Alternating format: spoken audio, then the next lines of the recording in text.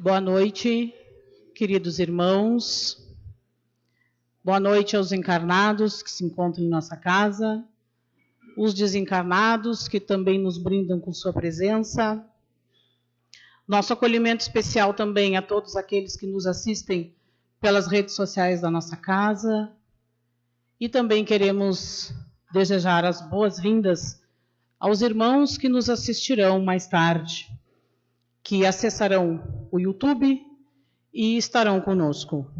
Sejamos todos bem-vindos nessa noite de luz e de fraternidade. Nós gostaríamos de lembrar a todos que está acontecendo a nossa Feira do Livro, durante ainda a nossa palestra e ao final dela. Temos muitas obras disponíveis ali. Os irmãos que tiverem interesse, depois desloquem-se até lá e confiram as obras. É a nossa última noite de Semana Espírita deste ano. E vamos preparar os nossos corações para, já desde agora, irmos internalizando esse momento, que possamos sentir as emoções que com certeza virão com a fala que teremos, com as reflexões e também com todas as mensagens. E para que nós comecemos a nos harmonizar, nós queremos ler uma mensagem rápida do livro Minutos de Sabedoria, de Carlos Torres Pastorino, que nos diz o seguinte: sua luz deve brilhar de dentro para fora. Procure manifestar a todos a luz interior que vibra em você, através dos seus atos, de suas palavras de compreensão e de otimismo. Seja você mesmo sua própria luz, iluminando a todos com suas palavras de conforto e incentivo, com seu sorriso de entusiasmo e de encorajamento, com seu exemplo de fé e otimismo. Neste momento, nós gostaríamos de convidar a Isabela Correia, que nos brindará com uma bela canção.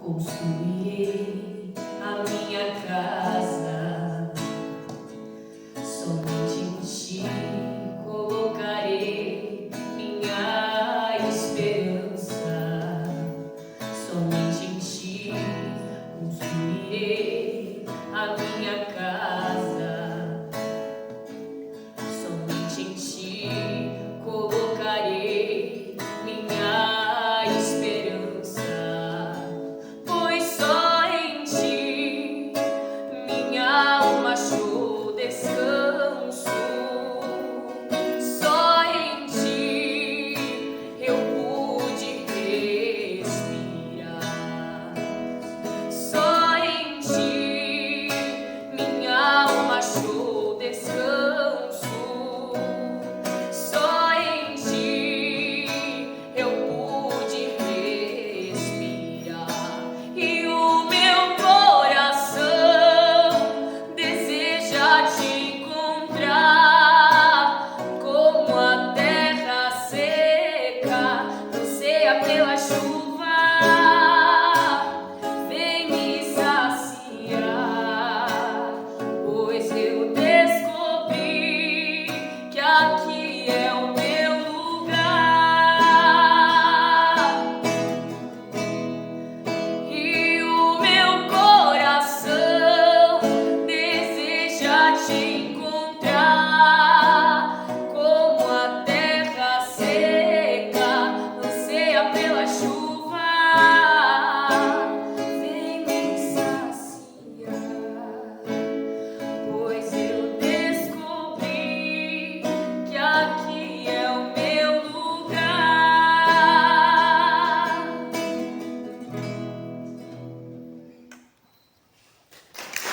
Isa, querida, queremos te agradecer por estar conosco nessa noite, nossa querida e sempre evangelizanda. Obrigado, Isa.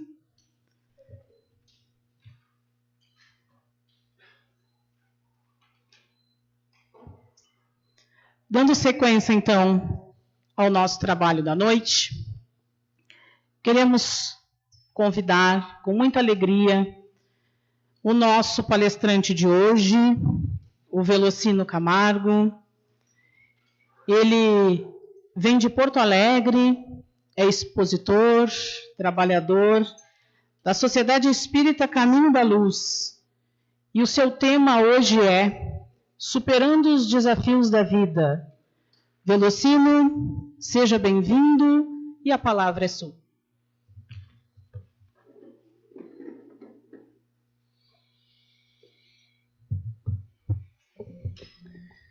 Uma boa noite, queridas irmãs, queridos irmãos, os trabalhadores de Jesus aqui da cidade de Canguçu. É um prazer renovado estar com vocês mais uma vez, pedindo que nesta noite, nesse momento, possamos todos nós perceber o acolhimento que a espiritualidade já preparou para cada um de nós. Esse ambiente, ele foi, através da espiritualidade amiga, teve seus fluidos positivos manipulados, a fim de que nós pudéssemos encontrar agora aqui, ao chegarmos, esse ambiente de bênçãos, de alegria, de felicidade por reencontrarmos amigos, fazermos novas amizades, mas que estejamos sempre vinculados a esta proposta do Cristo de, antes de tudo, que seja essa proposta de autoiluminação, de crescimento espiritual, de fazer com que o Evangelho ele ganhe vida em nós.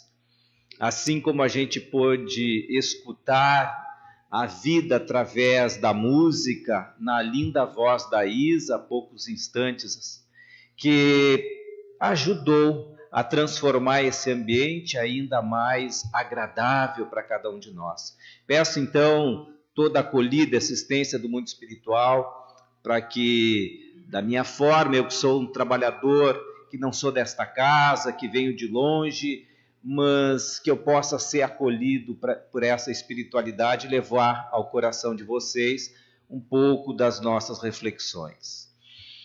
Então, falando sobre este tema, superando os desafios da vida, inserido dentro desse tema geral, levanta-te, anda, que é uma frase imperativa, bonita, que entrega força. Ela projeta potência na pessoa. Parece que ela verte de alguém que tem plena consciência dos nossos potenciais. Quando alguém investe numa afirmativa como essa na nossa direção, vamos, levanta-te e anda, dizendo, eu confio em ti. Tu tens potencial para se levantar desta situação, desta dificuldade, encarar esse momento e ser plenamente vitorioso. Eu confio em ti. Esta frase, ela está lá no Evangelho de João, no capítulo 5, versículos 1 em diante, em que ele vai contando a passagem de Jesus, quando ele vai fazer a cura do paralítico no poço de Betsaida. Esse poço de Betsaida, ele vinha de uma palavra em aramaico que é Bethesda, que quer dizer a casa da misericórdia. Porque aquele poço que ficava numa das portas, dos grandes portas de Jerusalém, a porta das ovelhas, porque nesse poço também os animais eram lavados, as pessoas se purificavam antes de entrar no templo, e havia ali uma certa mística desta fonte, porque volta e meia as suas águas borbulhavam, e seria nesse instante em que os anjos estariam movimentando as águas como em sinal, para aquelas pessoas que desejassem alguma cura, se locomovesse e entrasse naquele poço. Quem chegasse primeiro seria o agraciado. Embora naquele poço haviam vertentes de vários lugares, e possivelmente se explique a movimentação das águas por conta desse desaguar de outras vertentes, mas o certo é que o povo trazia como um determinado acalento, um chamado, uma situação mística, que se ele, naquele momento em que as águas entrassem em movimentação, o primeiro que entrasse ali seria curado. E havia um paralítico que estava há muito tempo ali e que ele não conseguia chegar perto. Tem até uma passagem, esta passagem específica aparece num dos episódios do The Chosen. Quem assistiu ou vai assistir esse seriado vai encontrar esta passagem. E esta pessoa, então, ela tem dificuldades de alcançar o posto, porque as outras são mais céleres. Ele é um paralítico. E Jesus, chegando numa dessas condições, nas grandes festas em Jerusalém, passa por aquele poço e pergunta a este homem que há 38 anos não conseguia vencer a dificuldade da paralisia e estava ali com uma esperança muito grande. Então Jesus olha para ele e pergunta primeiro para ele se ele queria ser curado. Esta pergunta, ela é uma pergunta pertinente e importante, principalmente nas nossas situações de sofrimento. Porque esta pergunta, ela se volta a perceber o grau efetivo das nossas intenções em superar aquela condição. Porque em o paralítico, se ele não tivesse vontade própria de querer curar-se, dificilmente qualquer ação do Cristo poderia ser efetiva naquela pessoa. Era importante que ele também acolhesse, de uma certa forma, uma graça, uma oportunidade de renovar sua vida. E nesta pergunta, então, o Cristo se volta para esses nossos questionamentos e vai fazer parte desta nossa reflexão da noite. Nós efetivamente estamos interessados na superação do nosso sofrimento? Tu queres efetivamente ser curado? Está pronto para esse processo? Foi quando ele disse que sim, que há 38 anos ele padecia daquela tetraplegia e evidentemente que ele queria ser curado com todas as forças do coração. Então Jesus olha para ele, pois então levanta-te e anda. Junta o teu leito e vá. O leito era um conjunto de trapos que ele tinha ali, que fazia de cama, um catre, mas que ele levantasse daquele leito e fosse para a vida. E foi o que aconteceu com aquele homem. Ele foi para a vida, apareceu na sinagoga logo depois, porque as pessoas queriam saber quem é que tinha curado aquele homem. E quando Jesus o encontra na sinagoga, Jesus ainda o adverte: faça o bem, porque desta cura, se tu não te perceber, fizer mal pior, tu poderá retornar a esta condição. Então era indispensável que o pensamento dele fosse um pensamento positivo, de uma nova vida, de uma nova construção íntima, como se aquela condição que ele passava também era fruto das consequências, eram consequências dos seus atos, não agora, mas de outros momentos. E nesses instantes de sofrimento, nesses instantes de amargura, de dor, pelas quais todos nós passamos ao longo da nossa vida, é importante a gente muitas vezes perceber que essa frase do Cristo está constantemente sendo renovada, endereçado a nós. Levanta-te e anda. Nós temos esse potencial de superar os nossos sofrimentos. Tem uma música bastante interessante, a letra dela, os autores da letra é Serginho Meriti e Rodrigo Leite. Geralmente, quando a gente declina o nome dos autores que fizeram a composição da música, dificilmente vem a música para nós. Aparece sempre a música quando a gente fala do intérprete, não é? Diz, olha, quem interpretou a música foi fulano de tal. Esse tem mais fama do que aqueles mesmos que fizeram a letra. Então é Serginho Meriti e Rodrigo Leite compuseram esta música. que ela faz parte, se não me falha a memória, até a música de chamada de uma das novelas que passa na televisão. É a novela, se não me engano, é a das 9 horas da noite. Como é o nome mesmo? Essa novela das 9. Isso, Três Graças. Mais alguém vê Três Graças também? Quem é que vê Três Graças aqui? Ah, mais alguém? Também lá? Maravilha. Essa música faz parte dessa novela. E como é bom, eu não sou de ver novela, por isso que eu pedi um socorro.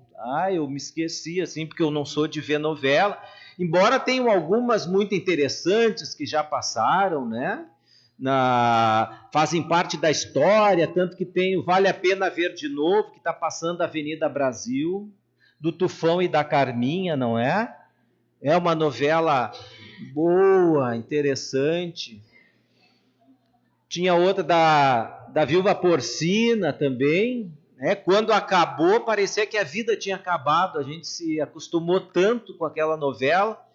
Tem gente que chorou quando terminou a novela, e agora, que vai ser de mim, não é? Mas quando a gente maratona, assim, que nem maratona série, tem gente que gosta de ver novela, né? Tem agora essa Avenida Brasil aí, do Tufão e da Carminha. Depois, logo depois, qual é uma novela nova que tem? A Trama do Amor, não é? Não é isso? Não sabe? Daquela família que ela tinha um reinado lá na África, e aí saem correndo de lá porque o Gendal, que é o personagem, ele toma o trono lá, e a rainha e a filha a princesa Alica, eu não vejo novela, tá? Então a Alica vem para o Brasil, e aqui ela encontra uma paixão, só que ela é disputada, porque o filho do dono das terras lá também se apaixona por ela. É uma coisa mais ou menos assim. Mas depois dessa vem Coração Acelerado. É uma outra novela que fala, é um contexto sertanejo, não é assim? Das influencers. E depois é que vem essa tal de Três Graças, que fala da história de 3 gerações de mulheres que foram mães solo, né? Parece que é isso o enredo. Eu não vejo novela. Me contam. A minha esposa vê todas elas, então ela me conta. E palestrante espírita tem que estar sempre bem informado, né? Então eu procuro me informar. Pois nessa novela das Três Graças, das 9 horas da noite, tem essa música que é de Serginho Meriti e Rodrigo Leite, que o nome da música é Clareou. Agora clareou para vocês, não? Um pouquinho, não? O nome da música, não? A letra dela é o seguinte, eu não vou nem me atrever a procurar cantar depois da Isa aqui, né? A Isa foi embora ou ela está aí? Foi embora. Eu queria pedir uma palhinha depois no final. Ela diz assim a letra: a vida é para quem sabe viver, procure aprender a arte, para quando apanhar não se abater, ganhar e perder faz parte. Levanta a cabeça, amigo, a vida não é tão ruim. Um dia a gente perde, mas nem sempre o jogo é assim. Para tudo tem um jeito, e se não teve jeito é porque ainda não chegou ao fim. Mantenha fé na crença se a ciência não curar, pois se não tem remédio, então remediado está. Já é um vencedor quem sabe a dor de uma derrota enfrentar. E a quem Deus prometeu nunca faltou, na hora certa o bom Deus dará. E aí vem o refrão: Deus é maior, maior é Deus, e quem está com Ele nunca está só. O que seria do mundo sem Ele? Chega de chorar, chega, você já sofreu demais, agora chega. Chega de achar que tudo se acabou, pode a dor uma noite durar, mas um novo dia sempre há de raiar, e quando menos esperar, clareou. Deus é maior, Maior é Deus e quem está com Ele nunca está só. O que seria de um mundo sem Ele? Que letra bonita é essa! E ela dá essa esperança de um dia melhor, de nós recobrarmos as nossas forças. Que se, mesmo que a ciência não nos dê a resposta que a gente gostaria, acreditemos em Deus. Tenhamos fé, não percamos a nossa fé. E quando a gente ouve esta frase, levanta-te, anda, é para a gente não perder a fé nos nossos momentos de dificuldades. Porque nós nos encontramos aqui nesse mundo que é uma grande universidade do Espírito. A gente está aqui num grande processo cujas situações da nossa vida envolve um crescimento, envolve uma educação, envolve algo que nos projete para uma situação melhor, uma situação espiritualmente mais iluminada. Se nós imaginarmos, a nossa vida é como se fosse degraus de uma escada. A gente está num determinado patamar, mas existem ainda outros degraus a serem vencidos. O que acontece? A nossa tendência é manter aquela inércia do patamar. Eu estou aqui, é continuar por aqui sempre. É isso. Se a gente pudesse levar a nossa vida do mesmo jeito sempre, a gente tem um jeito de agir, de acordo com as nossas crenças, nossos valores, enfim. Olha, eu sou assim. A tendência é a gente manter esta inércia do comportamento. Mas a vida quer algo melhor para nós. A vida quer que a gente cresça. E para a gente poder crescer, nesse patamar tem o quê? Tem um obstáculo, que é para a gente avançar para o outro degrau. Não tem a face aqui desse degrau de cima? Então a vida, às vezes, a gente bate de frente com esse obstáculo. Mas a nossa tendência é continuarmos no plano, mas a gente precisa evoluir. Mas a gente fica batendo. Quando a gente bate é porque ocorre o sofrimento. O sofrimento é quando a gente se incomoda com esse obstáculo, mas na realidade esse obstáculo é para que a gente suba. Qualquer situação que envolva um sofrimento, o sofrimento é quando a gente se defronta com esse obstáculo e a gente começa a reclamar. E aí a gente começa a dizer assim, mas é injusto que isso que está acontecendo comigo. Porém, a injustiça, ela nada mais é do que esta nossa visão pequena diante dessa situação. A injustiça, quando a gente diz isso, é porque a gente está dizendo para nós mesmos assim, eu não quero mudar. Quando eu digo, não, isso é injusto, estou dizendo, eu não quero mudar, eu quero que seja removido esse obstáculo. Mas não tem como ele ser removido, porque a ideia é subir. Então é só quando a gente olha para cima, para então avançar para um outro estágio desta escada, um outro degrau. Tá, e lá a gente vai poder infinitamente ser aquela mesma pessoa? Não, vai surgir um outro obstáculo. A gente vai ter que olhar para cima, se esforçar, sobe, e assim vai o processo evolutivo. O sofrimento, ele se dá como uma proposta nossa de crescimento, de evolução, nunca é para o sofrimento. Isso já vinha desde a época de Platão, ele já dizia isso. Que as leis da natureza elas deveriam vir com um grande preâmbulo que nos ensinasse que o sofrimento, que a injustiça, apenas são comportamentos instintivos da nossa alma que a gente gostaria de levar a vida sempre daquela forma. Mas a vida está nos forçando a que a gente cresça, que a gente suba, que nós possamos evoluir. Aí é que surge o que nós chamamos desse sofrimento. Então, para a gente superar os desafios da vida, a gente precisa entender esse processo. Porque quando Jesus está dizendo, levanta-te, anda, é isso. Para a gente não permanecer naquela mesma posição. É necessário que a gente levante, que nós tenhamos força, que nós queiramos superar aquela situação. Que haja vontade. e não que seja simplesmente um desejo que desapareça aquele obstáculo. Não, o obstáculo está sendo para nós uma oportunidade de crescimento.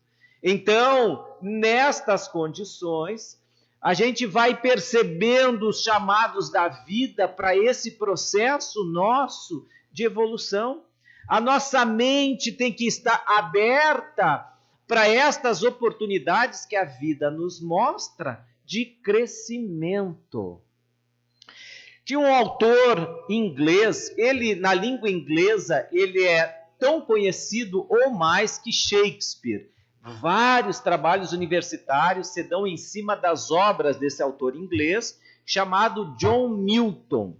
O John Milton, ele escreveu uma obra, um poema, Paraíso Perdido.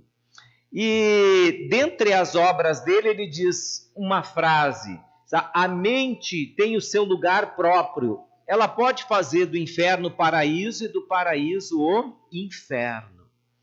Vejam só o poder que tem a nossa mente. Ela pode transformar numa situação que, em um primeiro momento, seja desagradável, em algo como uma oportunidade de crescimento. A mente é que realiza todo esse processo. Quando a gente coloca na nossa mente que nós não somos capazes, eu começo a me diminuir em termos de valores, eu começo a me retrair, realmente eu fujo daquela oportunidade de aprender, eu me retraio, eu me sinto sem valor nenhum, eu já estou derrotado antes de começar qualquer investida para aferir as minhas capacidades. Então, a mente ela pode nos ajudar a enfrentar situações ou até mesmo nos derrotar. Ela pode fazer do paraíso o inferno e do inferno o paraíso. Para alguns de nós aqui, pode ser este momento, o momento de nós nos encontrarmos em um paraíso, em um lugar alegre, em um lugar de harmonia, um lugar de paz, a gente se sente bem. Outros talvez já estejam aqui, já estejam preocupados para logo depois, não, daqui a pouco vai terminar, eu vou para casa comer a minha lasanha que eu já deixei lá separadinha, depois eu vou ver um filmezinho e tal. Então a gente já está dizendo, não, o meu paraíso está lá. E outros dizem, não, tá bom aqui, eu vou aproveitar o agora. É a nossa mente que está proporcionando tudo isso a cada momento, a cada oportunidade. Às vezes isso até parece algo assim, quando a gente fala assim, mas parece até questão dessas obras de autoajuda, fazer pensamento positivo, aquela coisa toda, mas a ciência já conseguiu provar que a força que a mente exerce sob processos até mesmo de cura, ela produz uma cura por força da nossa própria intenção.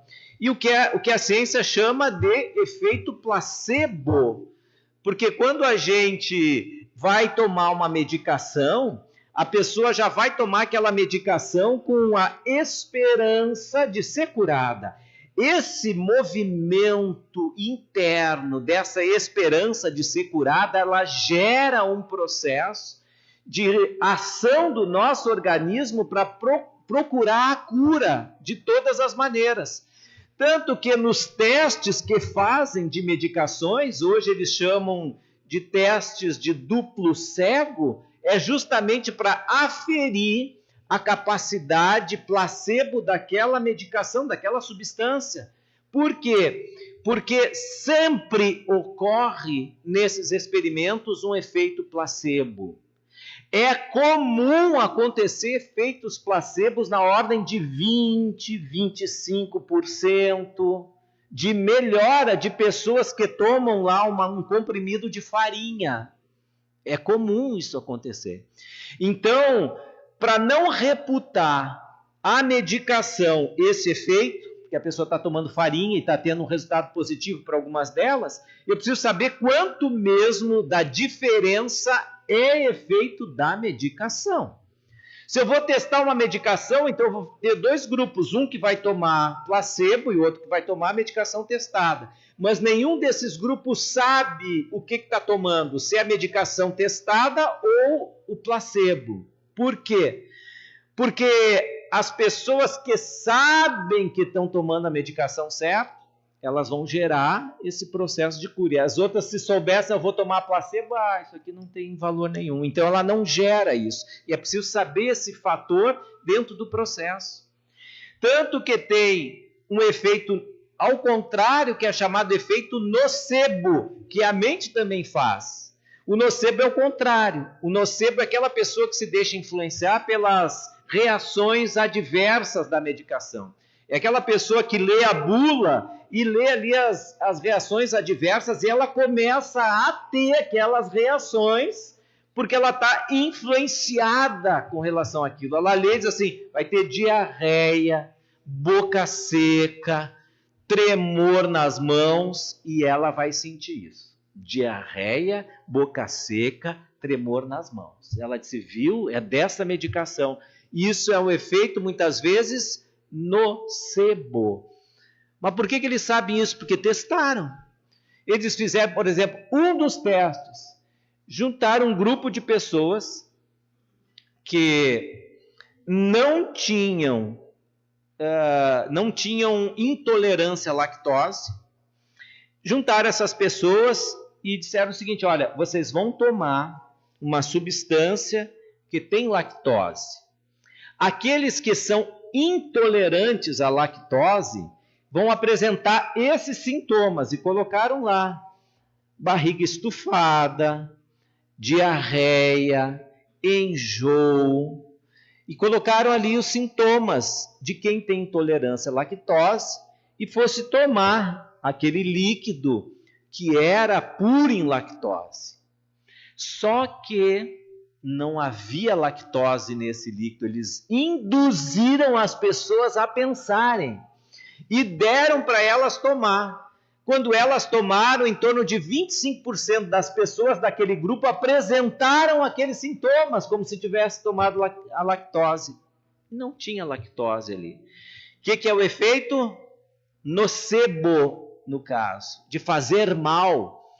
Então, a nossa mente ela tem a capacidade de nos ajudar ou de nos prejudicar, de piorar a situação ou de melhorar a situação.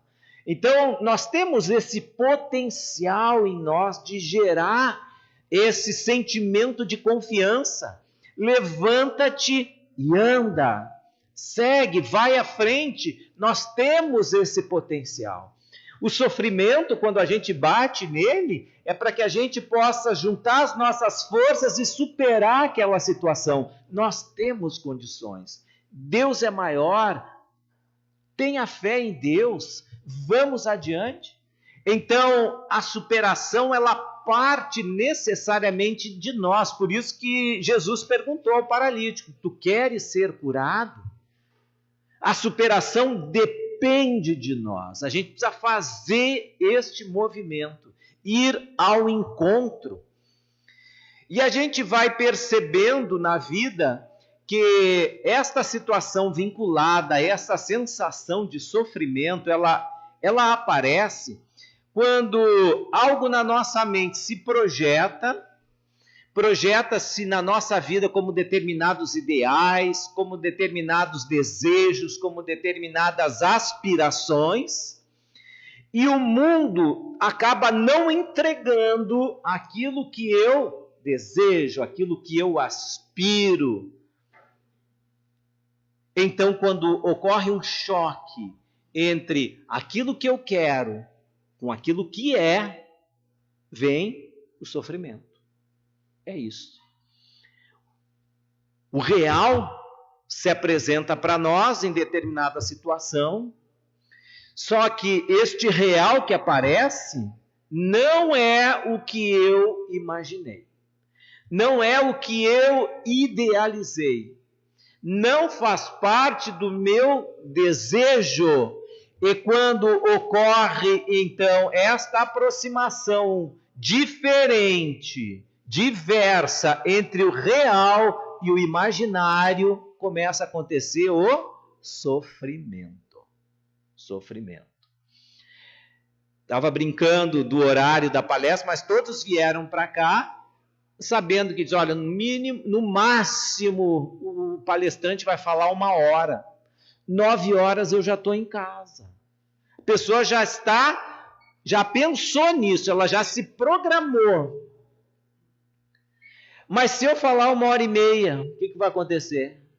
Se 1 hora, o pessoal vai começar a se movimentar na cadeira, dar barulho, uns vão se levantar. Por quê? Porque já começam a sofrer. Por quê? Porque idealizaram que a gente ficaria aqui só até as 21 horas. Mas esse Velocino parece que não para de falar, já deu 9 horas, ele parece estar no meio da palestra ainda, quer falar mais. Quando é que ele vai embora? E a gente já começa o quê? A sofrer. Porque aquilo que eu imaginei, aquilo que era o meu desejo, aquilo que eu aspirava, agora está em confronto com o que é real. E aí eu passo a sofrer. O que a vida está me dizendo? Diz, olha, o que é real não vai mudar. Quem é que tem que mudar, então? Eu. Quando tem a barreira do degrau, é o sofrimento. Por quê? Porque eu quero ir reto. Porque eu tenho meus ideais. Mas tem uma barreira que é o real. E esse real está aqui para me ajudar a subir. Porque superando esta situação, eu cresço. O fato de a gente se deparar com algum obstáculo é um convite para o crescimento, para eu aprender alguma coisa. Aquele que está disposto a aprender, ele vai ver, ele sente o sofrimento, então ele se dá conta. Isso aqui é barreira. Bom, deixa eu ver o que a vida quer me ensinar com esta barreira que ela colocou à minha frente. Alguma coisa ela tem para me ensinar. Esse é o espírito do eu quero ser curado. Eu quero. Tu quer ser curado? Eu quero. Então levanta-te e anda. Tu tens força para isso. Mas a gente, como paralítico, ele pode decidir ficar mais tempo naquela condição. É uma decisão íntima de cada um de nós. Mas envolve a superação, esta vontade de realmente superar, de modificar, de encarar, de levantar, de perceber que o real não vai mudar. O que tem que mudar, então, é o que está dentro de nós. E são, às vezes, barreiras que a gente põe na nossa vida, que a gente acaba sofrendo sem precisar. Tem coisas que vão ser da própria existência para a gente crescer. Algumas situações vão aparecer na nossa vida. A gente estuda na doutrina espírita, antes de reencarnar, nós fazemos um planejamento de uma próxima existência. Nesse planejamento vão ser feitas escolha das provas. As provas pelas quais nós vamos passar, para que a gente possa afirmar determinadas virtudes em nós que hoje são imperfeições. Então eu preciso me provar, me testar, eu preciso vencer esta minha imperfeição. Então eu vou estabelecer provas de acordo com as minhas necessidades espirituais. Então ao longo da vida virão provas.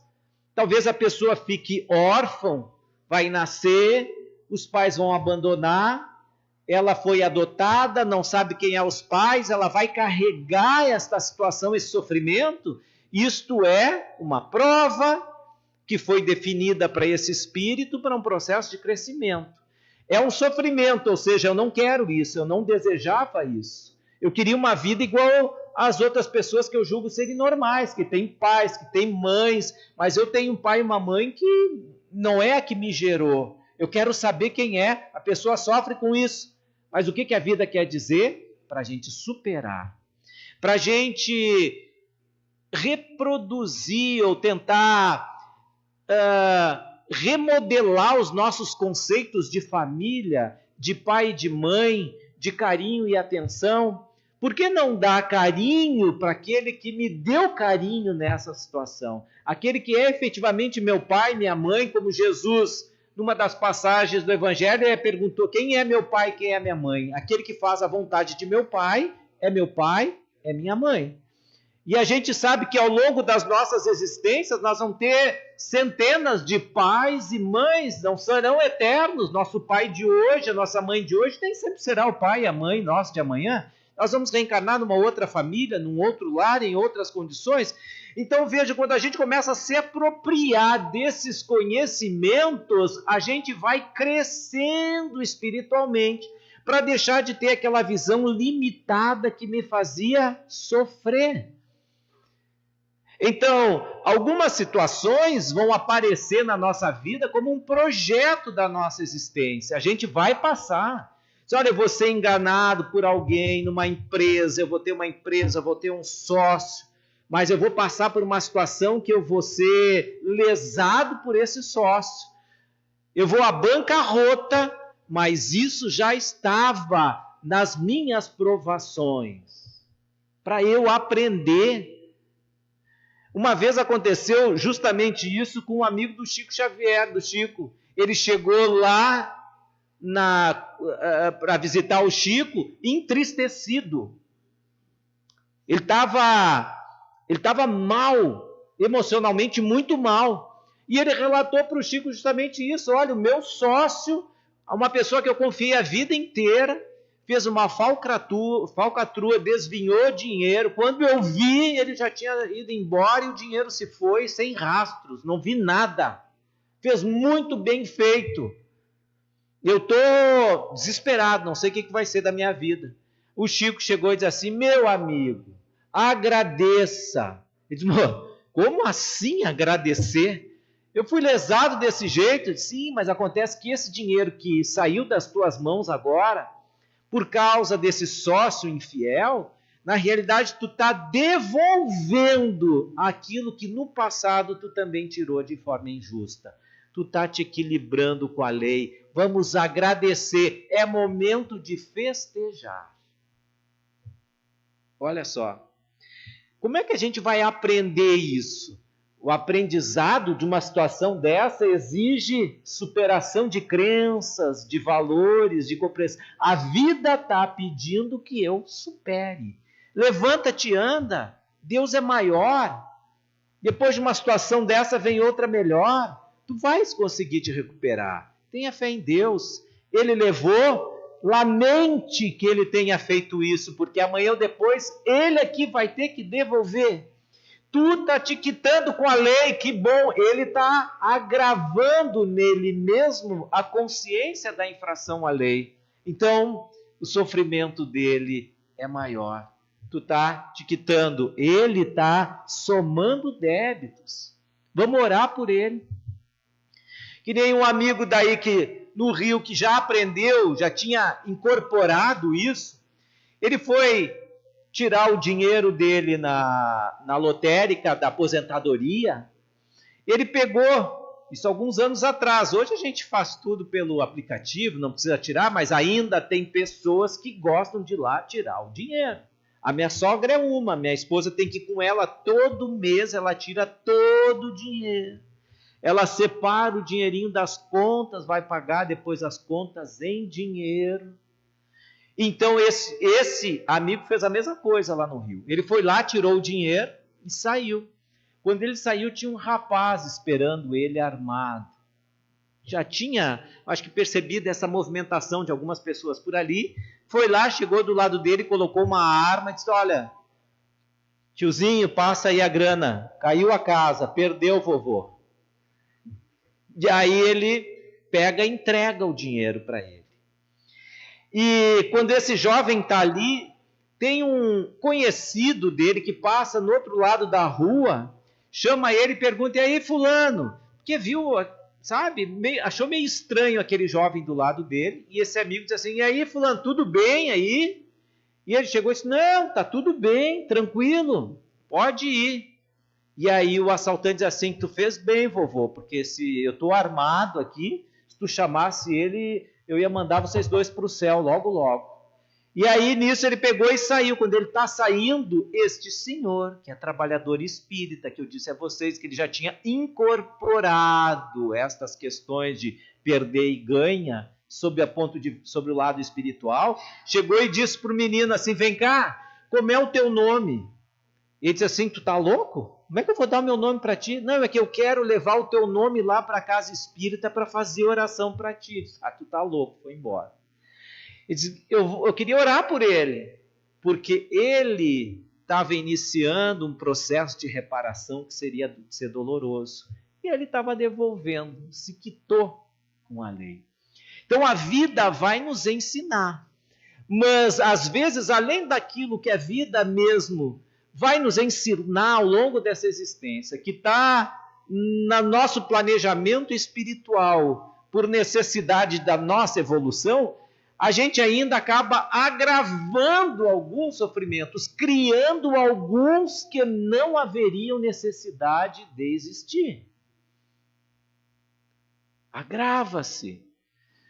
Aí eu me lembro de uma vez o Raul Teixeira contando uma história de uma moça que chegou na faculdade à noite, e o Raul Teixeira, professor universitário, aí ele estava lá e viu uma menina que ele diz assim, ela não estava vestida adequadamente para assistir aula, para transitar lá pela faculdade. Por quê? Porque ela, em primeiro lugar, ela estava calçando um sapato de salto alto e o salto agulha, bem fininho.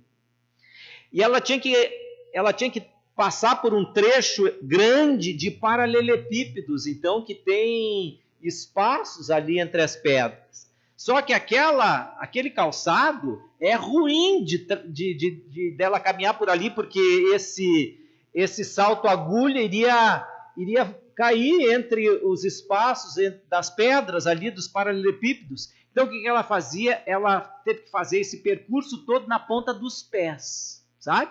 Forçando as panturrilhas aqui nas forças dos pés. E mais, ela estava também vestindo algo que também não era adequada para esse tipo de exercício que ela estava fazendo. Ele disse que ela estava vestindo um tubinho, o vestido era um tubo desse. Assim, um tonel, um tubo mesmo, né? Daqui de cima até as pernas aqui. Então, o que acontecia? Ela, na ponta dos pés, caminhando naquele paralelepípedo, dali a pouco o vestido pegava e subia. Quando subia, ela empurrava para baixo. No que ela empurrava para baixo, que tinha em cima, descia, porque era um tubo. Aí ela pegava e puxava para cima. Quando puxava para cima, o que estava embaixo, vinha para cima. E assim ela foi, empurrando para baixo, puxando para cima, empurrando para baixo, puxando para cima, caminhando na ponta dos pés. E os rapazes só olhando aquela cena lá, e eles assim, meu Deus, parece uma lagartixa em cima de uma pedra quente, assim, saltitando ali. Por que a gente sofre quando não precisa sofrer? A gente arruma muitas vezes sofrimento na vida que nós não precisamos, não é? Então ela está no processo de sofrimento, mas quem escolheu foi ela. Escolheu usar aquela roupa naquele lugar, não ia dar certo, ela ia passar por esse grau de sofrimento, porque escolheu. Então a gente tem que entender que algumas coisas a gente pode fazer uma escolha melhor. A gente sofre às vezes se a gente, por exemplo, sofre porque a gente tem uma paixão por um determinado time de futebol. A gente, não, eu sou apaixonado pelo meu time, eu sou doente, como alguns dizem, né? O que essa pessoa, ao dizer isso, ao se olhar no espelho e dizer assim, eu me sinto honrado de vestir essa camiseta e tal, essa pessoa assinando uma carteirinha de sofredor. Por quê? Porque em determinado momento o time dele vai estar mal. Não pode estar bem sempre. Não existe isso. É lógico isso. Então, se a pessoa escolhe que o humor dela dependa do time dela estar bem, ela está escolhendo por vontade própria passar alguns momentos de raiva, sofrendo, falando mal do treinador, do dirigente do time, indo lá e gritando na frente lá dos dirigentes, fazendo arruaça, vindo para casa com dor de cabeça, brigando com a família. Quem é que escolheu sofrer? Ele. Porque é natural que isso vá acontecer. Ora o time está bem, ora o time está mal. Então a gente assina uma carteirinha de sofredor. Tá? Eu sou fanático? Então eu sou sofredor, porque vai acontecer. E a pessoa, às vezes, por ser fanático, assim, ela pode estar num duplo grau de êxtase, como ela pode estar também em duplo grau no inferno. Porque se o time dela está bem, ela está contente. Se o outro time está mal, o rival, ela está duplamente contente. Mas acontece que o tamanho do coqueiro está ligado ao peso do tombo, né? Então, quando o time está mal, ela vai sofrer. Mas se o outro time está bem, ela vai sofrer mais ainda, não é? Aí quando o nosso time está mal, a gente sofre, mas se o outro está bem, aí o sofrimento é daqueles, meu Deus, abriu a porta do inferno para mim. Mas quem escolheu sofrer? Nós escolhemos sofrer. Quando a mente começa a projetar coisas que são fantasias, a gente vai escolher sofrer. Quando a gente põe todas as nossas fichas, a nossa felicidade em coisas que são móveis, que a gente não controla, a gente está desperdiçando energia, não é? Uma mãe, por exemplo, será que toda mãe, enfim, pais, a gente gostaria de ter controle sobre a vida dos filhos? E a gente tem controle? Nenhum. Quer controlar a faculdade que ele vai fazer, aonde ele vai morar, com quem ele vai casar, os filhos que vai ter, como é que vai educar os filhos, os pais querem ter o controle de tudo. Quando eles criam esta ilusão de controlar, a vida vai mostrar que as coisas não são assim. O que vai acontecer? O pai e a mãe vão sofrer. Se a mãe tem um filho homem, e ela ama aquele menino, aí ela está imaginando, ela ama e ela cuida. Desde pequena ela cuidou, ela amou, ela abraçou, ela lavou, quando ele foi crescendo, ela fazia a comidinha que ele gostava, servia aquela comida, lavava a roupa, até as cuecas ela passava, e as meias, deixava tudo passadinho, arrumadinho para o filho e tal. O que ela está esperando? Ela está esperando que o meu filho vá casar com uma pessoa tão boa quanto eu para ele. Eu não quero que ele sofra. É o que a mãe está esperando.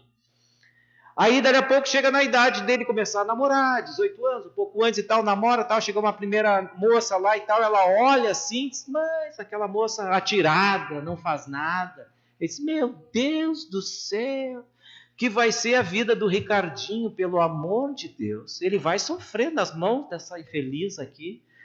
E aí ela começa a rezar, diz, pelo amor de Deus, abre os olhos dele, aquela coisa toda e tal. Daqui a pouco eles brigam, ela, graças a Deus, Deus ouviu as minhas preces.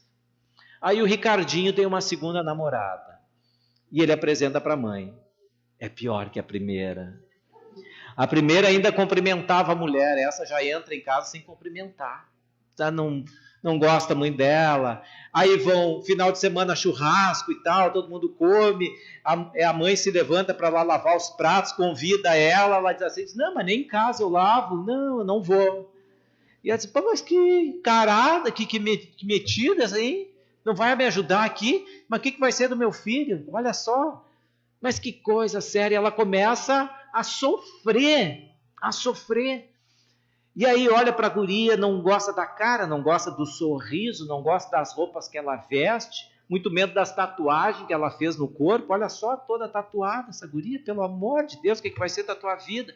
Meu filho, abre os olhos. Ela começa a tentar fazer com que ele observe que aquela menina não serve para ele, mas segundo os olhares da mãe.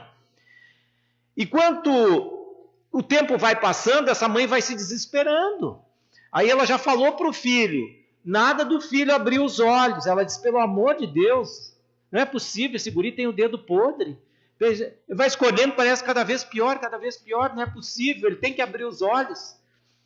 E aí o que acontece? Ela começa já a brigar com ela, porque com o filho não deu certo, e começa a brigar com a namorada. Ela não me cumprimenta, também não vou cumprimentar ela. Ela que acha que eu vou fazer bolo no final de semana para ela chegar? Vai ver. Bolo ela vai ver o bolo que eu vou fazer com ela. E assim começa. entra em rota de colisão com a pessoa. Aí, daqui a pouco, o filho resolve, olha, botar um anel de compromisso. Ele diz, meu Deus do céu, esse guri tá louco, tá obsidiado. Então, eu vou levar o nome dele lá para a casa espírita, vamos fazer um trabalho mediúnico lá. Ele tá... O que ela fez? Ela está com uma obsessão, ele não consegue enxergar, e a vida dele vai ser um inferno. Ela vem para a casa espírita e traz o nome da jovem, e não sei o nome do filho, aquela coisa toda e tal, e nada, ele resolve casar com ela. Aí sim, aí caiu os buteados do bolso da mulher. Aí sim. Aí ela briga de vez com a guria. Não, tu resolveu, eu não quero ver essa mulher na minha casa, nunca mais. Aí ela engravida, tem um filho que é neto dela, ela não vai poder visitar o filho, porque daí a nora vai dizer, ela não deixa eu ir na casa dela, pois aqui em casa ela também não põe os pés. Sabe quando é que vai ver o filho, o neto? Olha, tu pega e leva lá para tua mãe, de vez em quando tu leva. Aqui ela não entra, não é bem-vinda aqui na minha casa. E aí, o que a mãe vai dizer? O que eu fiz na outra vida para passar por isso? Vocês querem responder para ela o que ela fez na outra vida? Ela fez nessa vida. Nessa. Ela criou um ideal, criou um plano, ela quis planejar a vida do filho, definir a vida dele, e aí tudo isso começa a se mostrar incompatível com o que ela planejou. A vida real é diferente do ideal de vida. E ela sofre. Mas nós é que escolhemos sofrer. Então é preciso a gente mudar o padrão. Se a vida está dizendo não é por aqui, opa, o que eu estou fazendo que está gerando esse sofrimento? É porque eu tenho que entender que isso era uma vontade minha e a vida dos outros é dos outros. Quem tem que cuidar da vida do outro é ele mesmo. Ele é que vai cuidar, porque ele vai fazer das escolhas dele e tal. Eu sou pai, eu sou mãe, mas quem escolhe é ele. Se ele se der mal, ralar o joelho, ele vai voltar, vai ter o pai, vai ter a mãe, que vai abraçar, que vai conversar. Isso faz parte da vida, meu filho. A gente aprende. Uma próxima, tu não cai nessa, tu já aprendeu. Agradeça essa oportunidade de ter aprendido com a vida. Mas pai, tu não me falou nada, tu me pediu opinião? Não me pediu. Então... opinião a gente dá quando pede. Não fica se metendo na vida dos outros, porque os pais vão aprender quando isso acontece e vai ser doloroso, porque daí ele vai querer se meter, os filhos se afastam e aí ele sofre. Mas a vida de cada um é de cada um. O amor liberta, não aprisiona. E quando é que a gente vai conseguir quebrar isso? Quando a gente viver uma situação que precisa mudar comportamento. Eu preciso superar aquilo em mim. O obstáculo está em mim. A trave está no meu olho. E a gente tem que parar de terceirizar os nossos sofrimentos. Daí eu sofro por causa da minha nora. Ela não tem nada a ver. A gente sofre por imperfeição nossa. Então a gente vai aprendendo com a vida a superar essas situações, a ver por outros horizontes, outros olhares. A doutrina espírita tem muito a nos ensinar para que a gente possa ver a vida numa dimensão maior, numa dimensão de longo alcance, de futuro, de possibilidades espirituais, de crescimento, de virtudes, como é que se dão esses processos, e aí a gente começa a entender para superar. Quando a gente aprende, a gente cresce. Isso é uma vida que existe. Olha, eu passei por aquilo, mas eu superei. Por isso que às vezes os cônjuges que estão juntos, enfrentam as suas batalhas juntos, lá no final da vida, eles estão mais unidos do que no início. Porque aprenderam a superar as situações que apareceram ao longo da vida, engrandecendo a sua alma de valores. Então, alguns começam, a gente sabe, começam na vida no enfim sós, mas depois os filhos crescem, casam, saem de casa e nós terminamos no fim sós. O que a gente tem que dizer um para o outro lá no final, quando a gente está só nós dois. Que bom que a gente possa dizer um para o outro, olha, como valeu ter vivido contigo. Quanta coisa a gente aprendeu junto, quanto sofrimento nós tivemos, mas que eu me doei quando tu precisaste e tu a mim também. Nós somos companheiros, nós somos cúmplices dessa jornada, que foi muitas vezes difíceis.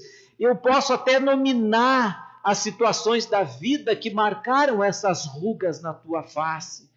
Aquela quando nosso filho ficou desenganado, naquela outra situação, quando tu perdeste um emprego, naquela quando a tua mãe falecesse numa situação que ninguém esperava. Tudo isso foram marcadas por situações que geraram em nós, naquele instante, algum sofrimento. Mas a gente conseguiu superar, a gente viu na vida um convite de superação para entender outras realidades. Tudo isso nós vivemos juntos.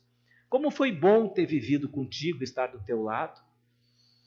O doutor José Camargo conta uma história de um casal que ele viu, ele é um pneumologista na Santa Casa de Porto Alegre, então ele é acostumado a passar casos e casos e casos de pessoas que falecem nas mãos dele, porque tem determinadas situações, agravamento de doenças, ou até mesmo algumas doenças que, por mais que a medicina procure ajudar, ela só ameniza a dor, mas não cura. Não tem tratamento, mas ameniza a situação. E numa dessas, esse homem estava com um enfisema extremamente avançado, e ele percebeu que ele talvez não suportasse aquela noite, que ele estava muito fraco, mas a esposa percebeu isso também. E antes dele sair na visita que ele fez final de tarde, ela já havia conversado com o esposo e disse assim para ele: doutor, eu queria lhe pedir que o senhor não ministrasse nenhuma medicação que ele fosse apagar esta noite. Nós queríamos reservar essa noite para nós. Não dê nenhuma medicação que ele vá adormecer, que ele vá apagar. Ele disse: está bem. E foi embora.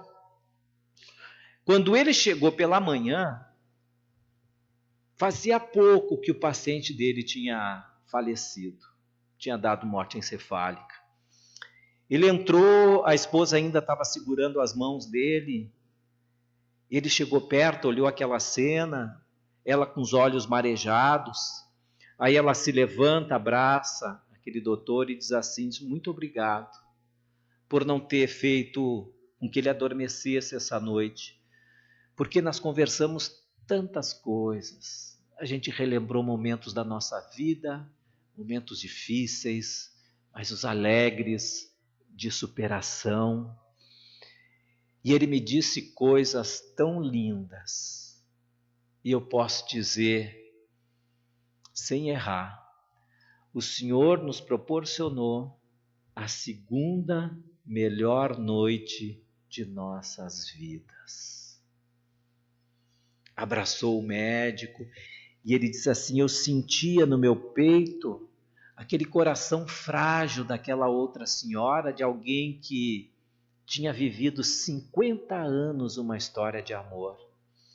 E eu logo saí dali também perturbado, invejando alguém que viveu e aproveitou 50 anos ao lado de uma alma amiga. É isto, é superação de cada momento, com fé, com força, com coragem, com ânimo, com determinação, fazendo a nossa parte para a construção de uma vida melhor. Nós podemos, levanta-te e anda. Para que a gente não fique lamentando as coisas que não foram alcançadas pelos nossos desejos, mas que possamos dar graças a tanto que já temos. A gente olha para um copo e vê, às vezes, um pouquinho que falta para ser completado e a gente reclama que aquilo é injustiça, mas não vê um tanto quanto de graça já tem naquele copo para a gente agradecer. É uma questão de mudar o nosso foco para a gente superar as nossas situações. Ah, mas isso que eu estou passando, muitos já passaram, outros vão passar, e vamos à frente. Eu tenho condições, levanta-te e anda. Tu queres ser curado? Tenha força, siga adiante. Uma das situações que mostram o nosso otimismo é muitas vezes a gente até brincar das condições difíceis pelas quais a gente está passando, para mostrar que para nós aquilo já é pequeno, não tem aquele tamanho tão grande, a gente já brinca com aquilo. Que nem pessoas que muitas vezes têm determinadas deficiências e conseguem conviver muito bem com esta deficiência, sem esse grau de sofrimento que podem acometer outras. Para encerrar, tem um humorista, né, brasileiro, o Geraldo Magela, que ele é deficiente visual, e ele brinca com a deficiência dele. Né? Ele é deficiente, mas ele brinca com aquilo, ele faz troça, ele ganha dinheiro com isso, faz stand comedy, participa aqui, acolá. E ele diz o seguinte: olha, a vida de um cego é interessante, porque as pessoas, eu às vezes estou em algum lugar e começo a ouvir as pessoas falarem de mim, porque elas acham que a gente é cego e surdo também. Mas a gente ouve tão bem, o ceguinho ouve tão bem. Às vezes eu escuto as pessoas dizendo assim, esses dias eu estava num ônibus, eu vi duas mulheres conversando, uma dizia para a outra assim, tá vendo aquele ceguinho lá? E a outra, sim, tô vendo. Ela dizia, até que ele é bonitinho, né? Ele disse, era só o que faltava, cego tem que ser feio, tem que ter pé grande, morar longe, tudo de ruim tem que ser para um cego. Aí as pessoas às vezes acabam perdendo um pouco daquela timidez, puxam conversa com a gente e tal, e dali a pouco veem que eu tenho aliança de casado e elas acham também que a esposa também é cega, que todo mundo na casa da gente é deficiente visual, papagaio, cachorro, tudo, né? E às vezes perguntam para mim, vem cá, tua esposa é normal? E ele diz, não é normal, a minha já veio com teto solar, tela touchscreen, ela é Max, sabe?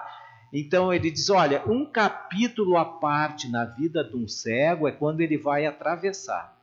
Uma vez uma pessoa me atravessou até o canteiro central e ela perguntou assim, tu vai ficar aqui? Eu digo, assim, eu tenho uma casa, eu tenho uma árvore aqui, eu moro aqui. É claro que eu preciso atravessar para o outro lado, não vou ficar sozinho no canteiro central. Faz umas perguntas assim sem nexo. Ele disse, mas uma vez eu estava para atravessar e não chegava ninguém para me ajudar a atravessar. E o tempo estava passando, eu tinha compromisso, aquela coisa toda e tal. Ele diz assim, porque quando as pessoas vão te ajudar a atravessar, é uma coisa interessante, as pessoas pegam no braço do cego, não é assim? Quando a gente vai atravessar, pegam no braço do deficiente e começa a puxar. Ele diz, mas a pessoa pega com tanta força no braço da gente, puxa a gente, parece que o cego quer fugir. O cego não quer fugir, dizer. O cego só quer atravessar. Mas numa dessas situações eu estava lá esperando que passasse alguém mesmo que me pegasse pelo braço, me puxasse, porque o certo é deixar a gente botar a mão no ombro, só.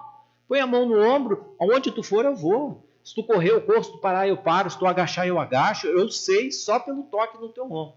Mas ele ficou pensando e disse, olha, uma hora que esbarrar alguém em mim eu vou me agarrar para me atravessar. Aí, numa hora, uma pessoa esbarrou, ele pegou e começaram a atravessar. Porque começaram a atravessar, os carros começaram a buzinar, frear, xingar. E eles paravam, davam 2 passos para frente, 3 para trás, os carros freando e passando e xingando. Ele sentia vento na frente, vento atrás, aquela coisa, e vai. Levaram quase uns 5 minutos para atravessar, xingamento, freio, aquela coisa, buzina. Aí, daqui a pouco, ele conseguiu chegar do outro lado. Ele disse, graças a Deus, estou vivo.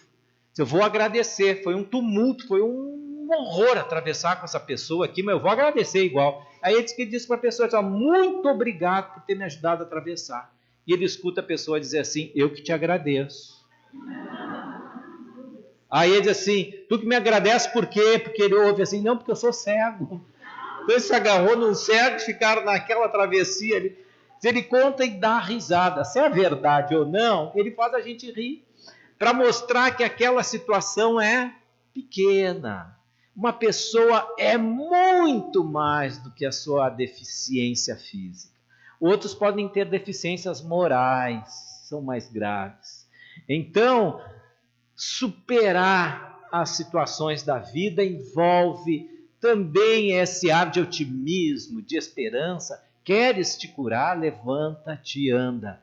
Vai adiante, vai à frente. Acreditemos em Deus. E aí, para encerrar, eu gostaria de lembrar com vocês a prece de Cáritas, que é esta conversa que a gente faz com Deus, tão gostosa. Ela chegou numa véspera de Ano Novo, de uma médium, que era da cidade de Bordeaux. Ela, por essa médium que auxiliou muito a codificação, não só esse espírito chamado Cáritas, mas Hahnemann, o apóstolo Paulo escreveu por ela, tantos e tantos outros espíritos. E ela então psicografa essa prece, que ela ficou conhecidíssima, né? Essa prece de Cáritas, e que fala desta confiança em Deus, até mesmo nas situações mais difíceis. Ele tem esse poder para nos ajudar, porque a gente precisa, não conseguimos fazer tudo sozinho. Então diz a prece assim: Deus nosso Pai, que és todo poder e bondade, dai força àquele que passa pela provação, dai luz àquele que busca a verdade. Ponde, Senhor, no coração do homem a compaixão e a caridade. Deus, dai ao viajor a estrela guia, ao aflito a consolação, ao doente o repouso. Pai, dai ao culpado o arrependimento, ao espírito a verdade, à criança o guia, ao órfão o pai. Senhor, que a vossa bondade se estenda sobre tudo o que criastes. Piedade, Senhor, para aqueles que vos não conhecem, e esperança para aqueles que sofrem. Que a vossa bondade permita aos espíritos consoladores derramarem por toda a terra a paz, a esperança e a fé. Um raio, uma fagulha de vosso amor pode abrasar a terra. Deixa-nos, Senhor, beber nas fontes de vossa bondade fecunda e infinita, e todas as lágrimas secarão, todas as dores se acalmarão. Um só coração, um só pensamento subirá até vós como um hino de agradecimento e de amor. E assim como Moisés sobre a montanha, nós vos esperamos de braços abertos. Ó poder, ó vontade, ó beleza, ó perfeição. E queremos de algum modo alcançar a vossa misericórdia. Deus, dai-nos força para ajudar o progresso, a fim de subirmos até vós. Dai-nos, Senhor, a caridade pura, dai-nos a fé, dai-nos a razão, dai-nos a simplicidade, que fará de nossas almas o espelho onde um dia se refletirá a vossa sublime imagem. Que assim seja. Uma boa noite e um bom e ótimo final de semana espírita para todos nós. Muito obrigado.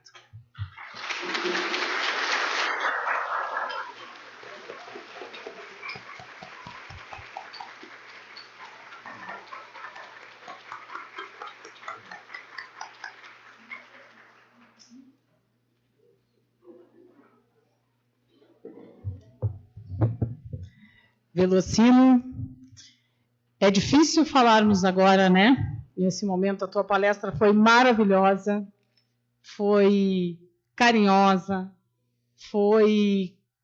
acalentou os nossos corações, nos trouxe muitos conhecimentos. Acreditamos que todos nós vamos sair daqui pensando, né, nas situações que nós enfrentamos, que nossa mente muitas vezes cria, e com certeza nos superaremos cada vez mais. Agradecemos a tua presença, obrigado por ter vindo, por ter estado conosco, nos brindando com essas lindas palavras. E que tenhamos, a partir de agora, mais convicção e que possamos entender o verdadeiro significado do levanta-te e anda, que é possível, sim, para todos nós. Antes de fazermos o encerramento oficial da nossa 25ª Semana Espírita, nós gostaríamos de agradecer a todos que estiveram conosco, de ambos os planos, a todos os amigos que estão conosco pelas redes sociais. Queremos agradecer àqueles que trouxeram 1 quilo de alimento que servirá às nossas ações sociais. Agradecemos aos grupos de estudo, aos trabalhadores desta casa, que não mediram esforços para estarem conosco nesse trabalho lindo que foi essa Semana Espírita. Agradecemos aos colaboradores que, de uma forma ou de outra, estiveram junto de nós. Não vamos citar todos, porque são muitos. Cada um estará recebendo depois o agradecimento especial. E agradecemos especialmente essa noite maravilhosa que tivemos aqui. E para o encerramento oficial, nós queremos convidar a nossa querida irmã Elizabeth para que faça uso da palavra.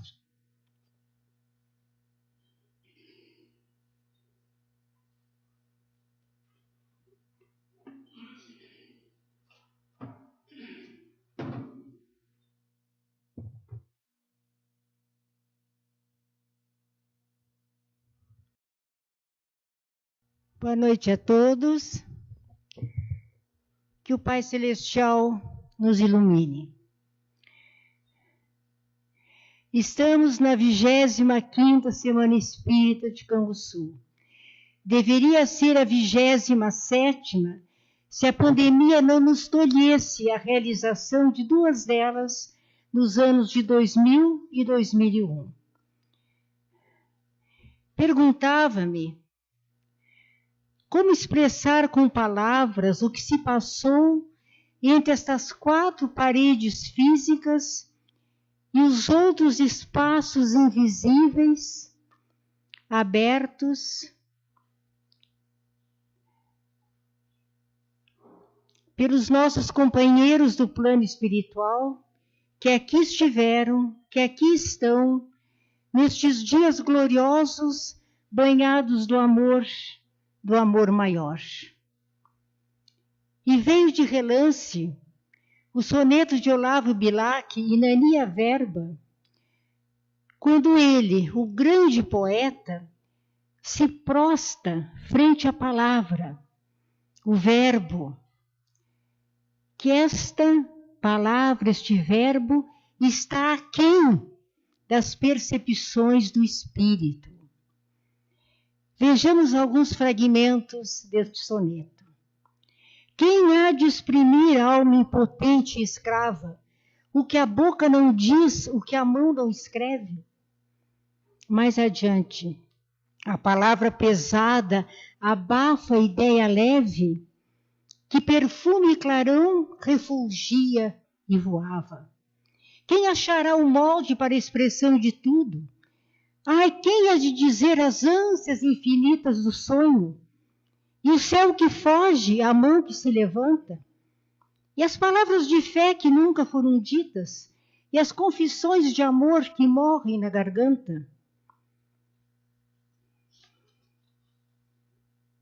Perguntava-me de novo, pensando em Inania Verba, como haverei de relatar este evento que aproximou os 2 mundos, que fez com que nós nos sentíssemos, mais do que nunca, criaturas do Criador. Até que, de um modo extraordinário e admirável, a pergunta começou a responder-se por si mesma. As lembranças acordaram. Iam e vinham descompassadas, mas interligadas. Juntavam-se e logo ali separavam-se. Então pude ver que cada noite cabia em si mesma. Não havia meios de tornar maior o que já era grande. Contudo, como cumprir a tarefa de trazer para o presente não apenas os momentos vividos aqui, mas a intensidade com que eles foram vividos? E as ideias que pulsavam na minha alma começaram a dar forma ao que era puro sentimento. E as letras se alinharam, os vocábulos se formaram e as frases ganharam vida. Agora só me restava colorir a forma, a palavra, aquela que Bilac considera fria e espessa, para torná-la leve, límpida, expressiva, de maneira a não macular a essência das mensagens destes amigos queridos que aqui vieram trazer seus contributos nesta grande festa dos 77 anos da nossa casa, nesta 25ª Semana Espírita. Aos humildes relatos, muito aquém daquilo que foi a palestra aqui nesta casa. Segunda-feira, 13 de abril. Abertura da Semana Espírita pelo presidente da casa, Ramatiz Camargo. A prece de Francisco de Assis abriu nossos trabalhos, cantada e executada pelo convidado Benhur. A seguir, a palavra foi entregue ao palestrante da noite, Cláudio Dávila, expositor do Centro Espírita Paz, Amor e Caridade de Pelotas. Tema da palestra: Levanta-te e anda, recomeçar é um ato de amor. A frase deste tema, disse ele, não ficou naquele tempo que Jesus a proferiu. Ainda hoje, muitos de nós continuamos paralisados, sem coragem de nos levantar, esperando que alguém nos dê a mão. São tantos os tropeços da vida, a enfermidade que chega, o vínculo que termina, a ingratidão dos nossos amados, alguém que parte. Mas o Evangelho acende a luz para os aflitos. Anda, solta, desapega, deixa partir, continua, coragem. Jesus prometeu estar conosco em toda a travessia. São suas as palavras: vinde a mim todos vós que estáis aflitos e sobrecarregados, e eu vos aliviarei. Terça-feira, 14 de abril. Prece de abertura pela companheira Marta Silveira. Tema da noite, a fé divina e a fé humana. Palestrante, Luiz Alberto dos Santos, já conhecidos de outras semanas espíritas, expositor da Sociedade Espírita Nossa Luz de Guaíba. Começa falando sobre os dois grandes milagres da vida. O primeiro é o dia em que nascemos, e o segundo é o fato de nós termos acordado hoje. Exemplificando com a fábula do leão, sentimos que desistir de nossos propósitos é uma derrota.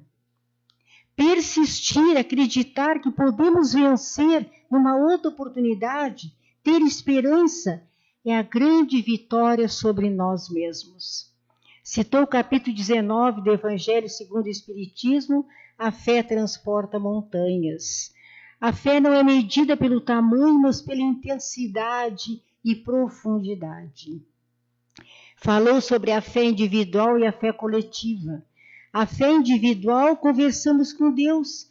É que às vezes a nossa angústia é maior que a nossa fé. Falou na fé coletiva, quando estamos reunidos, como aqui agora. A nossa fé se sustenta, se fortalece, se emancipa.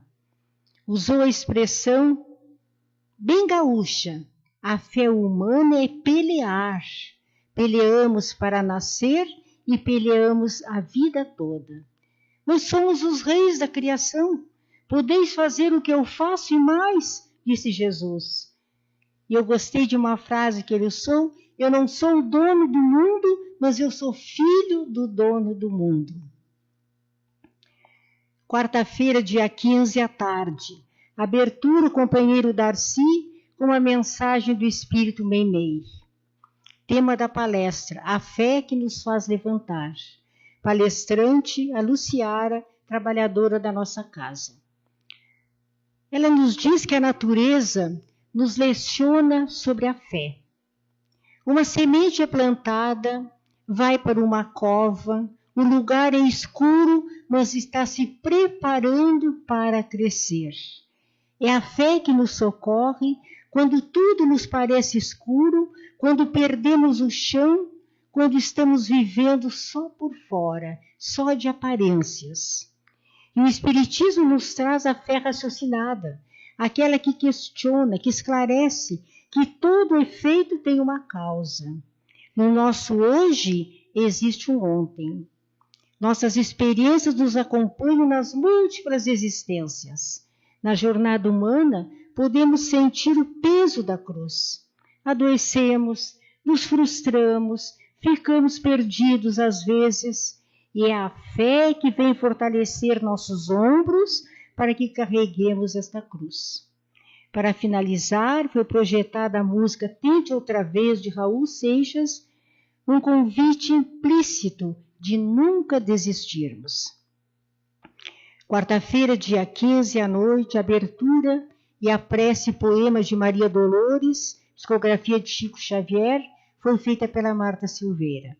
Lembrou que o nosso palestrante desta noite, Bruno Godinho, do Centro Espírita Eterno Crescente, Porto Alegre, já nos acompanha nas semanas desde 2007, em 19 semanas espíritas. Tema da noite, Desperta. Parabenizou-nos pelos 77 anos da nossa casa e sentiu-se com muita gratidão a apresentação do grupo de evangelizantes. Contou-nos uma passagem do Evangelho de João, capítulo 5, que se passa durante uma festa judaica, que esta noite também o Veocino nos relatou. Vamos ter paciência de ouvir outra vez. Havia em Jerusalém uma piscina chamada Betesda ou Betsaida, e nos pórticos estava a multidão de enfermos, cegos, coxos e tísicos. Ora, ali havia um homem que estava doente, com paralisia há 38 anos, que esperava em vão poder banhar-se naquelas águas milagrosas para curar-se. Jesus, vendo-o deitado no cato, pergunta: Queres ficar curado? O doente respondeu: Senhor, não tenho ninguém que me ponha na piscina quando a água se movimenta, e quando vou, já um outro desceu antes de mim. Ordenou-lhe Jesus: Levanta-te, toma o teu catre e anda. No mesmo instante, aquele homem ficou curado, tomou o leito e andou. Assim, o palestrante fez uma analogia de quantos de nós, cristãos há mais de 2000 anos, estamos paralisados no nosso orgulho, no nosso egoísmo, na inércia espiritual, impedidos por isso de caminhar, impedidos de nos curar, de trilhar este caminho da verdade e da vida. Citou a questão 642 do Livro dos Espíritos, onde os imortais respondem a Kardec que para agradar a Deus não basta não fazer o mal, que é preciso que façamos o bem no limite das nossas forças.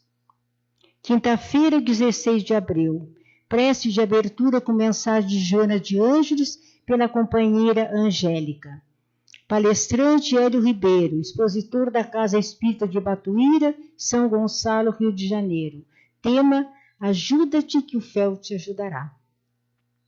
Apresenta-nos de forma brilhante alguns momentos da vida de Jesus entre nós, sua força sobre a natureza e seus feitos com as criaturas, levando-as ao alívio e à cura.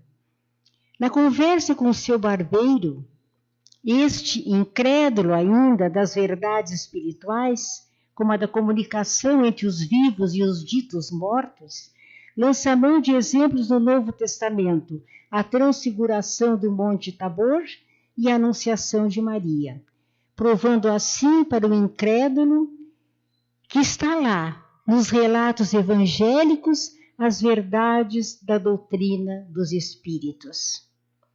Convida-nos a doar-nos, doando-nos. São palavras de Jesus: se te pedirem para caminhar uma milha, caminha ainda mais uma. Se te pedirem a túnica, oferece-lhe também um manto. O tempo, a dedicação, o amor que oferecemos ao doar é que faz a transformação, a diferença, um prazer interior que o mundo não pode dar. Citou obras como Evolução em Dois Mundos, André Luiz, Psicografia de Chico Xavier, mostrando a força do pensamento para as nossas conexões que estabelecemos ou para o bem ou para o mal. Temos que fazer a nossa parte. Ajuda-te que o céu te ajudará. Por que Jesus perguntava sempre ao atendido se queria ser curado? Ele mostrava a importância do movimento do doente. Eu quero. E no momento que eu digo eu quero, o mundo espiritual conspira a nosso favor. Trouxe-me um pouco de seu trabalho na Casa Espírita de São Gonçalo, onde atua, que acolhe crianças e jovens a fim de assegurar-lhes um futuro melhor. Por fim, foi projetado um vídeo da Casa Batuíra, onde o trabalho assistencial transforma muitas vidas, onde a caridade se mostra incontestável. E hoje, meus irmãos, acompanhamos o nosso companheiro que veio à nossa casa, o Velocino Camargo, também amigo, companheiro de muitas semanas espíritas. A prece de abertura foi feita pela companheira Janaína, do livro Minutos de Sabedoria, de Carlos Pastorino. Tivemos a bela canção da Isabela Correia para abrir os trabalhos da noite. E o tema desta noite, superando os desafios da vida. O nosso palestrante é da Sociedade Espírita Caminho da Luz de Porto Alegre, que nos trouxe a palestra que dispensa comentar, dispensa reduzir, porque toda a grandiosidade dela está nas palavras que o companheiro proferiu. Então, meus irmãos, o momento de encerramento não traz a exultação da abertura. Contudo, se o entardecer traz melancolia, já guarda dentro de si a aurora. O nosso desejo é que o entardecer da 25ª Semana Espírita traga também dentro de si a aurora de um despertamento de consciências para tecermos novos dias, novos traçados de conduta, novos horizontes. Aqui fica registrado o nosso agradecimento a todos que se empenharam para que essa semana especial fosse possível. Aos companheiros do plano maior, nossos grandes inspiradores, parceiros de todos os momentos, nossa gratidão.